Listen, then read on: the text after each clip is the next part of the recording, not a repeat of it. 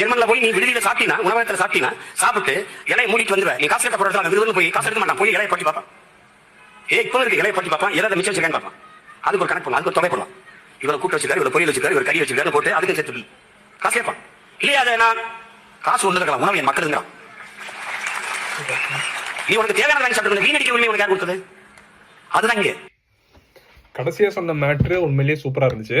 வாங்க இதோட ரியாலிட்டி என்னன்னு சொல்லிட்டு பார்க்கலாம். ஹலோ காய்ஸ், ஸோ எனக்கு நிறைய பேர் டிஎம்ல இந்த வீடியோ சென்ட் பண்ணி இது உண்மையா அப்படின்னு கேட்டிருந்தீங்க. ஸோ அந்த வீடியோவில் மிஸ்டர் சீமான் சொன்னது வந்து பாதி உண்மை, பாதி வந்து ராங் இன்ஃபர்மேஷன். என்ன பாதி உண்மை, என்ன பாதி ராங்னு பார்த்தீங்கன்னா, இன் ரியாலிட்டி ஜெர்மனியில் இருக்கிற எல்லா ரெஸ்டாரண்ட்ஸ்லையும் நீங்கள் ஃபுட்டு வேஸ்ட் பண்ணால் ஃபைனல்லாம் போட மாட்டாங்க.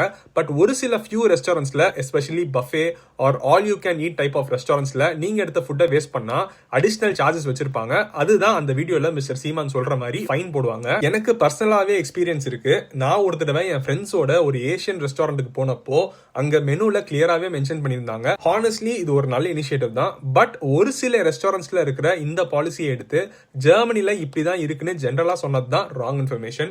பிகாஸ் மிஸ்டர் சீமான் மாதிரி ஒரு பொலிட்டிக்கலி இன்ஃப்ளூயன்ஷியல் பர்சன் சொல்றப்போ அது நிறைய பேருக்கு ரீச் ஆகும்.